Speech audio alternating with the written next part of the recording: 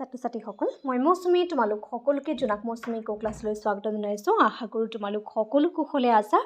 আজিৰ ভিডিঅ'টোত আমি আলোচনা কৰিবলৈ লৈছোঁ হায়াৰ ছেকেণ্ডেৰী ছেকেণ্ড ইয়াৰ ইকনমিক্সৰ এটা question function of the central bank বা দ্য ফাংচন অফ RBI বুলিও কুৱেশ্যনটো পৰীক্ষাত আহে, অৰ্থাৎ কেন্দ্ৰীয় বেংকৰ কাৰ্যাৱলী বা ৰিজাৰ্ভ বেংকৰ কাৰ্যাৱলী বুলি পৰীক্ষাত অহা দেখা যায়। প্ৰিভিয়াছ ইয়াৰ কুৱেশ্যনতো আহিছে। এক্সাম পইণ্ট অফ ভিউৰ পৰা কুৱেশ্যনটো যথেষ্ট ইম্পৰ্টেণ্ট হয়। আশা কৰোঁ আজিৰ ভিডিঅ'টোৱে তোমালোকক যথেষ্ট সহায় কৰিব। এতিয়া এইটো ইউনিট নম্বৰ 3 হয় আৰু যদিহে তোমালোকে কমপ্লিট কোৰ্চৰ লগত জইন হ'ব বিচাৰিছা স্ক্ৰীনত যোনটো নাম্বাৰ আছে তাত তোমালোকে কণ্টেক্ট কৰিব পাৰিবা। এতিয়া আহিছোঁ কেন্দ্ৰীয় বেংকৰ কাৰ্যাৱলীবিলাকলৈ যে কেন্দ্ৰীয় বেংকৰ প্ৰধান কাৰ্যাৱলীবিলাক কি। আকৌ কৈছোঁ পৰীক্ষাত কেতিয়াবা কেন্দ্ৰীয় বেংক বুলি নাহি ৰিজাৰ্ভ বেংকৰ কাৰ্যাৱলী বুলি আহে, অৰ্থাৎ RBI ফাংচন বুলি আহে, তেতিয়াও আনচাৰটো ছেমেই হয়, কাৰণ আমাৰ ভাৰতবৰ্ষৰ কেন্দ্ৰীয় বেংকটোৰ নাম হৈছে reserve bank of India RBI। এতিয়া কেন্দ্ৰীয় বেংকৰ প্ৰধান কাৰ্যাৱলীসমূহ আলোচনা কৰা আহা।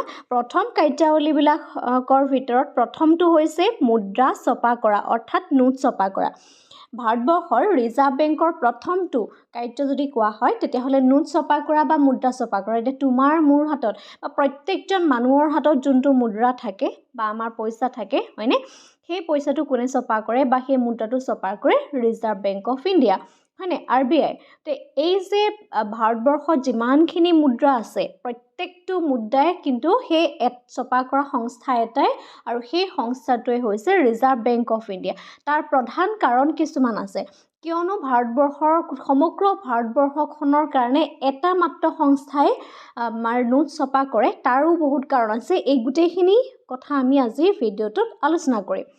এতিয়া আহা, মুদ্ৰা আৰু ঋণৰ পৰিসৰ নিয়ন্ত্ৰণৰ কাৰণে কেন্দ্ৰীয় বেংকৰ মুদ্ৰা ছপাৰ একমাত্ৰ অধিকাৰ আছে। কিয় একমাত্ৰ অধিকাৰ আছে যে মুদ্ৰা বা ঋণ পৰিসৰৰ যিটো নিয়ন্ত্ৰণ হয়, মানে মুদ্ৰাক নিয়ন্ত্ৰণ কৰিবৰ কাৰণে আচলতে কেন্দ্ৰীয় বেংকৰ মুদ্ৰা ছপা কৰা একমাত্ৰ অধিকাৰ আছে। কাৰণ এনেকুৱা নহয় যে আমাৰ এতিয়া ধৰা হয়তো তোমালোকৰ বহুতৰ মনত এটা ধাৰণা থাকিব পাৰে যে যেতিয়া অৰ্থনীতিখনত সংকটৰ সমস্যা হয় বা অৰ্থনীতিত বা ৰাজকোষৰ ভঁৰাল কমি যায় বুলি আমি নিউজত শুনি থাকোঁ হয়নে। গতিকে সেইখিনি সময়ত হয়তো সকলোৰে মনলৈ আহিব পাৰে যে বেংকে দেখোন পইচা ছপা কৰি দিলেই হয়, কিয়নো সেইটো নকৰে। সেইটো একচুৱেলি কৰিব নোৱাৰে। বেংকে যেতিয়াই মন যায় তেতিয়াই ইচ্ছা কৰিলেই তেওঁলোকে কেতিয়াও নিজৰ ইচ্ছা কৰিলেই তেওঁলোকে মুদ্ৰা ছপা কৰিব নোৱাৰে। মুদ্ৰা ছপা কৰাৰ বিভিন্ন ধৰণৰ নিয়ম আছে, গতিকে সেইখিনি প্ৰচিডিঅ'ৰ মাজেৰে গ'লেহে মুদ্ৰা ছপা কৰিব পাৰে। আৰু এইটো সম্পূৰ্ণৰূপে মনত ৰাখিবা, এখন অৰ্থনীতিত যেনেধৰণে যিমান পৰিমাণে মুদ্ৰাৰ যোগান বাঢ়ি গৈ থাকিব সিমানেই কিন্তু অৰ্থনীতিখনত মুদ্ৰাস্ফীতিৰ পৰিমাণ বাঢ়ি যাব। তোমালোকে মুদ্ৰাস্ফীতি নিশ্চয় পঢ়িবলৈ পাইছা। গতিকে মুদ্ৰাস্ফীতিৰ এটা প্ৰধান কাৰণটো হৈছে যে মুদ্ৰাৰ যোগান বৃদ্ধি। আজিৰ পৰা 50 ইয়াৰ্ছৰ আগত যদি তুমি আমাৰ অৰ্থনীতিখন কল্পনা কৰা, তেতিয়া বাৰু আমি নাছিলোঁ, কিন্তু তোমাৰ ঘৰত থকা গ্ৰেণ্ড পেৰেণ্টছক যদি কাৰোবাক সোধা তেতিয়া তেওঁলোকে গম পাব যে আজিৰ পৰা 50 ইয়াৰ্ছৰ আগত তেওঁলোকৰ চেলাৰী কম আছিলে, দ্ৰব্য সামগ্ৰীৰ দাম কম আছিলে। ডেট মিনছ অৰ্থনীতিখনৰ যিটো মুদ্ৰাৰ যোগান আছিলে সেই মুদ্ৰাৰ যোগানৰ পৰিমাণেই কম। কিন্তু বৰ্তমান সময়ত প্ৰত্যেকটো দ্ৰব্য সামগ্ৰীৰ দাম বাঢ়ি গৈছে। তাৰ কাৰণটো এফালে দ্ৰব্য সামগ্ৰীৰ দাম বাঢ়িছে, অন্যফালে কিন্তু সিমান পৰিমাণে মানুহৰ চেলাৰী বাঢ়িছে বা বিভিন্ন ধৰণৰ ক্ষেত্ৰত যোন ব্যক্তি যি ক্ষেত্ৰতেই নিয়োজিত হৈ আছে প্ৰত্যেকজন ব্যক্তিৰ ইনকাম বাঢ়িছে। সেইকাৰণে আৰু মুদ্ৰাৰ যোগান বাঢ়িছে, আৰু মুদ্ৰাৰ যোগান বঢ়াৰ কাৰণে সেই ব্যক্তিবিলাকৰ ইনকাম বাঢ়িছে আৰু এজ এ ৰিজাল্ট মানুহৰ ক্ৰয় ক্ষমতা বাঢ়িছে আৰু লগে লগে দ্ৰব্য সামগ্ৰীৰ দাম বাঢ়িছে। এনেধৰণে এডাল চেইন ছিষ্টেমত হৈ থাকে, যাৰ কাৰণে মুদ্ৰাস্ফীতিৰ সমস্যাটোৰ সৃষ্টি হয়। তথাপিতো আজিৰ আলোচনাৰ বিষয়বস্তু মুদ্ৰাস্ফীতি নহয়, কেন্দ্ৰীয় বেংকৰ কথা আলোচনা কৰিম, কিন্তু এইখিনি সৰু সৰু কথা আমি জানি গ'লে ভাল হয়। ঠিক আছে। এতিয়া এই যিটো মুদ্ৰা হয় সেই মুদ্ৰা সমগ্ৰ দেশতে বিহিত মুদ্ৰা হিচাপে প্ৰচলিত হয়। এতিয়া কেতিয়াবা চাবাচোন নিউজবিলাকত ওলায় যে নকল পইচা বুলি, যিখিনি পইচা মানে প্ৰকৃততে ৰিজাৰ্ভ বেংকে ছপা নকৰে হয়নে, অন্য কিছুমান ব্লেক মাৰ্কেটত সেইখিনি কিছুমান মানুহে দুষ্ট চক্ৰই সেইখিনি ছপা কৰি থাকে। গতিকে সেইখিনি ধৰা পেলাব পাৰে, কিন্তু সেইখিনি আচলতে বিহিত নহয়। ভাৰতীয় লোকে বা ভাৰতবৰ্ষৰ সকলো মানে জন ব্যক্তিয়ে সেই বিহিত যিখিনি মুদ্ৰা নহয় সেইখিনি গ্ৰহণ কৰিব নোৱাৰে। গতিকে বিহিত মুদ্ৰা কোনখিনি হ'ব, যিখিনি RBI ছপা কৰে। সেইকাৰণে সমগ্ৰ দেশতে বিহিত মুদ্ৰা হিচাপে RBI ছপা কৰা মুদ্ৰাটোহে প্ৰচলন কৰা হয়। কেন্দ্ৰীয় বেংকৰ মুদ্ৰা ছপাৰ মূল্যতে সোণ, বৈদেশিক চুক্তিপত্ৰ, চৰকাৰী চুক্তিপত্ৰ ইত্যাদি সম্পদসমূহো জমা ৰাখে। এতিয়া কেন্দ্ৰীয় বেংকে যে মুদ্ৰা ছপা কৰে তাৰ দায়িত্ব কেন্দ্ৰীয় বেংকক দিলে তাৰ প্ৰধান কেইটামান দিশ বা কাৰণ আছে। প্ৰথম কাৰণটো হৈছে নোটসমূহ সমজাতীয় হোৱা। আজি আমাৰ অসমৰ এজন ব্যক্তিৰ ওচৰত যদি মানে 500টো যেনেকুৱা ধৰণৰে হ'ব, আজি ভাৰতবৰ্ষৰ যিকোনো এখন ৰাজ্যলৈ যদি তুমি যোৱা সেই 500 ৰুপিজটোৰ একেই হ'ব, তাত কোনো ডিফাৰেঞ্চ নাথাকে। হয়তো কোনোবা এটা নতুন হ'ব, কোনোবা এটা পুৰণা থাকিব, সেইটো মানুহৰ ইউজৰ ওপৰত কথা। কিন্তু সেই পইচাটোৰ যোনটো কোৱালিটি তাৰ সমগুণ সম্পন্ন হ'ব। সমগুণ সম্পন্ন মানে হৈছে সকলো ফালৰ পৰা একেই হ'ব, হয়নে? ঠিক তেনেধৰণে মুদ্ৰাৰ যাতে সমগুণ সম্পন্ন হয় সেইকাৰণেও আচলতে এটা সংস্থাক দিয়া হৈছে।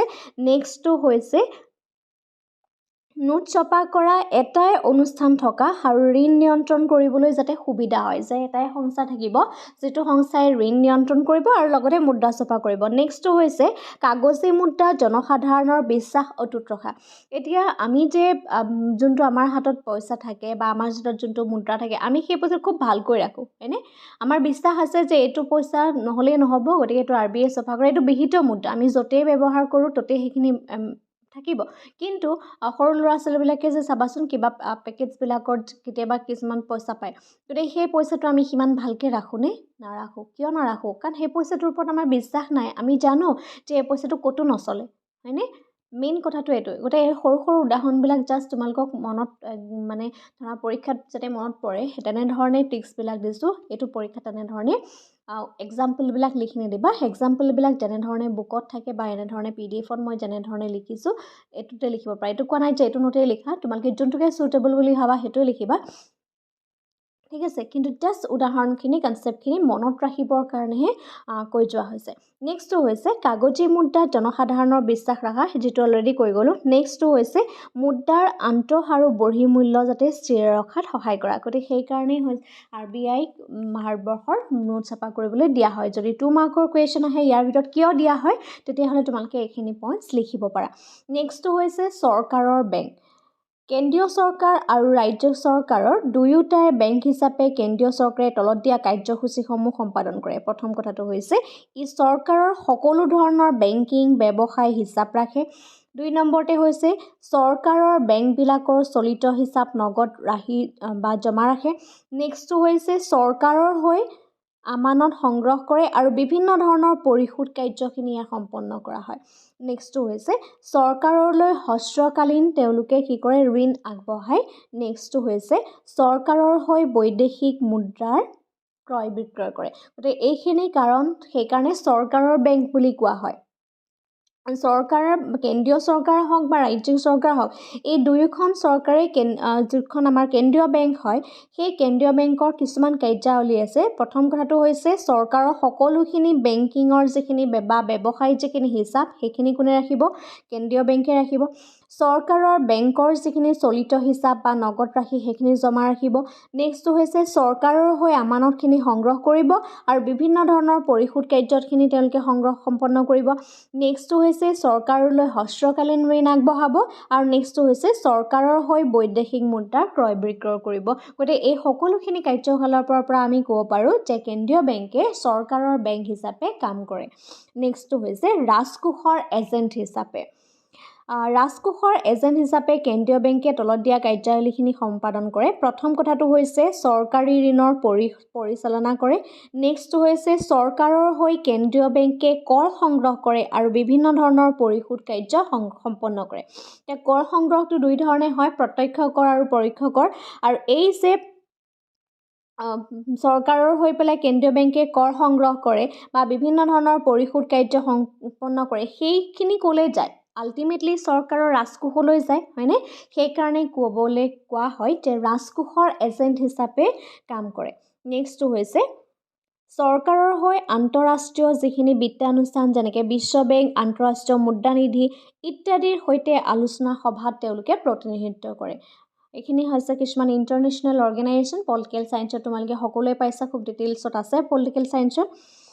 নেক্সটটো হৈছে পৰামৰ্শদাতা হিচাপে কেন্দ্ৰীয় বেংকে চৰকাৰৰ বিত্তীয় পৰামৰ্শদাতা হিচাপেও কাম কৰে। ই চৰকাৰৰ বিভিন্ন ধৰণৰ বিত্তীয় আৰু অৰ্থনৈতিক বিষয় যেনে বিত্তীয় ঘাটি, মুদ্ৰাৰ অৱমূল্যায়ন, বাণিজ্যৰ নীতি, বৈদেশিক নীতি ইত্যাদিৰ ক্ষেত্ৰত পৰামৰ্শ আগবঢ়ায়। পৰামৰ্শদাতা হিচাপে বুজি পাইছা? বিভিন্ন সময়ত চৰকাৰখনৰ যিহেতু চৰকাৰখনৰ বেংক হিচাপে কাম কৰে, এতিয়া চৰকাৰৰ এটা বেংক হিচাপে কাম কৰে বা ৰাজকোষৰ এটা এজেণ্ট হিচাপে কাম কৰে। গতিকে অবভিয়াছলি দেশখনৰ বিভিন্ন ধৰণৰ অৰ্থনীতিৰ মানে যেতিয়া কিবা এটা সিদ্ধান্ত ল'ব বা বিভিন্ন ধৰণৰ সময়ত কেন্দ্ৰীয় বেংকে চৰকাৰক পৰামৰ্শ দিব পাৰে। কোনখিনি ক্ষেত্ৰত পৰামৰ্শ দিব পাৰে? বিত্তীয় বা অৰ্থনৈতিক বিষয় যেনে বিত্তৰ যদি ঘাটি বিত্ত হয়, মুদ্ৰাৰ অৱমূল্যায়নৰ ওপৰত আমাৰ কোৰ্চত অলৰেডি ভিডিঅ' দিয়া হৈছে। নেক্সটটো হৈছে বাণিজ্যিক নীতি, বৈদেশিক নীতি ইত্যাদিৰ ক্ষেত্ৰত পৰামৰ্শখিনি আগবঢ়ায়। এই সকলোবিলাক কেন্দ্ৰীয় বেংকৰ দৰে ভাৰতবৰ্ষৰ ৰিজাৰ্ভ বেংকেও বিত্তীয় বিষয়ৰ নীতি বা চৰকাৰৰ বেংকিং ক্ষেত্ৰত পৰামৰ্শ দিয়ে। ই চৰকাৰৰ পৰিকল্পনা, সম্পদৰ চলনৰ দৰে কিছুমান গুৰুত্বপূৰ্ণ বিষয়তো সহায় কৰে। গতিকে আল্টিমেটলি চাবলৈ গ'লে চৰকাৰক বহুত ফালৰ পৰাই পৰামৰ্শ প্ৰদান কৰে। গতিকে সেইখিনি ফালৰ পৰা যদি আমি চাওঁ, সেইটো দিশৰ পৰা যদি চাওঁ, এজ এ পৰামৰ্শদাতা হিচাপে কাম কৰে। গতিকে এইটো পইণ্টটো যথেষ্ট ইম্পৰ্টেণ্ট হ'ব। পইণ্ট নম্বৰ 5 হৈছে বেংকবিলাকৰ বেংক। ঠিক আছে, কেন্দ্ৰীয় বেংক হৈছে বেংকবিলাকৰ বেংক হিচাপে কাম কৰে। বাণিজ্যিক বেংকবিলাক অৰ্থাৎ বেংকবিলাকৰ বেংক হিচাপে বহুতো কাৰ্য সম্পন্ন কৰে। গতিকে এই বাণিজ্যিক বেংকবিলাকৰ অভিভাৱক হিচাপে কেন্দ্ৰীয় বেংকে আচলতে কাম কৰে। গতিকে কেন্দ্ৰীয় বেংকে যে বেংকবিলাকৰ বেংক হিচাপে কাম কৰে তাৰ কিছুমান কাৰণ ইয়াত মই উল্লেখ কৰিছোঁ। প্ৰথম কথাটো হৈছে বাণিজ্যিক বেংকে তেওঁলোকৰ মুঠ পুঁজিৰ এটা অংশ নগদ হিচাপত কেন্দ্ৰীয় বেংকত ৰাখিব লাগে আৰু ইয়াৰ লগত ইয়াক কি হয়? নগদ সংৰক্ষণ অনুপাত বুলি কোৱা হয়। 1 মাৰ্কৰ কুৱেশ্যনৰ কাৰণে ইম্পৰ্টেণ্ট হয় যে নগদ সংৰক্ষণ অনুপাত কি হয়? যে বাণিজ্যিক বেংকবিলাকে তেওঁলোকৰ পুঁজিৰ এটা অংশ হিচাপ কেন্দ্ৰীয় বেংকত ৰাখিব লাগে। তেওঁলোকৰ নগদ যিটো পুঁজি থাকে তাৰ এটা এমাউণ্ট তেওঁলোকে ক'ত ৰাখিব লাগিব? কেন্দ্ৰীয় বেংকত ৰাখিব লাগে আৰু ইয়াক কি বুলি কোৱা হয়? নগদ সংৰক্ষণ অনুপাত বুলি কোৱা হয়। এতিয়া কেন্দ্ৰীয় বেংকে নগদ সংৰক্ষণ অনুপাত দিয়াৰ দুটা সুবিধা আছে। প্ৰথম সুবিধাটো হৈছে যে বাণিজ্যিক বেংকে এটা ক্ষুদ্ৰ অংশ নগদ হিচাপে দিব লাগে। নেক্সটটো হৈছে যে বাণিজ্যিক বেংকৰ বিত্তীয় সমস্যাৰ সময়ত বিত্তীয় সাহায্য হিচাপে লাভ কৰিব। 3 নম্বৰ পইণ্টটো হৈছে দেশৰ বেংক ব্যৱস্থাৰ ওপৰত নিয়ন্ত্ৰণ কৰিবলৈ আচলতে এই বেংকে এইখিনি সুযোগ বিচাৰি পায়। যেতিয়া আমি কেন্দ্ৰীয় বেংকৰ ঋণ নিয়ন্ত্ৰণৰ আহিলাখিনি আলোচনা কৰিম তেতিয়া এইখিনিৰ ওপৰত ডিটেইলছত আলোচনা কৰা হ'ব। নেক্সট পইণ্টটো হৈছে কেন্দ্ৰীয় বেংকে অন্তিম ঋণদাতা হিচাপে কাম কৰে। এইটো কেতিয়াবা পৰীক্ষাত আহে ব্যাখ্যা কৰিবলৈ। নেক্সটটো হৈছে বাণিজ্যিক বেংকৰ বিত্তীয় সংকটৰ সময়ত তেওঁলোকৰ উদ্ধাৰ কৰিবলৈ কেন্দ্ৰীয় বেংকে আগবাঢ়ি আহে।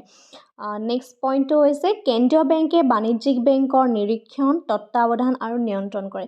বাণিজ্যিক বেংকবিলাক যিমান আছে গতিকে সেই বাণিজ্যিক বেংকবিলাকৰ কেনেধৰণে নিয়ন্ত্ৰণ কৰিব লাগে, তেওঁলোকক কেনেধৰণে তত্ত্বাৱধান দিব লাগে, হয়নে? বা কেনেধৰণে তেওঁলোকক নিয়ন্ত্ৰণ কৰিব লাগে, এই গোটেইখিনি দিশ আচলতে আমাৰ কেন্দ্ৰীয় বেংকে খুব ধুনীয়াকৈ পালন কৰি আহিছে। পইণ্ট নম্বৰ 6 হৈছে বৈদেশিক মুদ্ৰাৰ পুঁজিৰ সংৰক্ষক। এইটো বহুত বেছি ইম্পৰ্টেণ্ট হয়। কেন্দ্ৰীয় বেংকৰ এটা প্ৰধান কাৰ্য হৈছে বৈদেশিক মুদ্ৰাৰ পুঁজিৰ ৰক্ষক হিচাপে কাম কৰা। বৈদেশিক মুদ্ৰাৰ ৰক্ষক হিচাপে তলত দিয়া কাৰ্যখিনি সম্পাদন কৰে। কেন্দ্ৰীয় বেংকৰ জৰিয়তে এখন দেশৰ সকলো বৈদেশিক লেনদেন কাৰ্য সম্পন্ন হয়। ই বৈদেশিক মুদ্ৰাৰ লেনদেন বা দেনা পাওনা এই দুয়োটাই নিয়ন্ত্ৰণ কৰে। ই বিনিময় হাৰৰ স্থিৰতা ৰক্ষা কৰিবলৈ বিচাৰে আৰু প্ৰয়োজন সাপেক্ষে কেন্দ্ৰীয় বেংকৰ যিখিনি বৈদেশিক বিনিময় হয় সেই বৈদেশিক বিনিময় হাৰৰ স্থিৰতা ৰক্ষা কৰিবলৈ বৈদেশিক মুদ্ৰাৰ যিখিনি ক্ৰয় বিক্ৰয় হয় সেই ক্ৰয় বিক্ৰয় হয়। নেক্সটটো হৈছে কেন্দ্ৰীয় বেংকে সময়ে সময়ে চৰকাৰৰ আগবঢ়োৱা যিখিনি তেওঁলোকৰ বিনিময় হয় এই আইনবিলাক নিয়ন্ত্ৰণ কৰে। গতিকে এইখিনি বৈদেশিক মুদ্ৰাৰ পুঁজিৰ সংৰক্ষক। বৈদেশিক মুদ্ৰা কিয় প্ৰয়োজন হয়? যেতিয়া আন্তঃৰাষ্ট্ৰীয় প্ৰেক্ষাপটত এখন ৰাষ্ট্ৰ অন্য এখন ৰাষ্ট্ৰৰ লগত বিভিন্ন ধৰণৰ ব্যৱসায় বাণিজ্যৰ সম্পৰ্ক স্থাপন কৰিবলগীয়া হয় তেতিয়া আচলতে সেই বৈদেশিক মুদ্ৰাৰ প্ৰয়োজন আহি পৰে। তোমালোকে নিশ্চয় পঢ়িবলৈ পাইছা বা আমিও পঢ়াইছোঁ যে বৈদেশিক মুদ্ৰাৰ যিখিনি কনচেপ্ট, গতিকে তাত এইখিনি বস্তু আমি বেছি ডিটেইলছত পাম।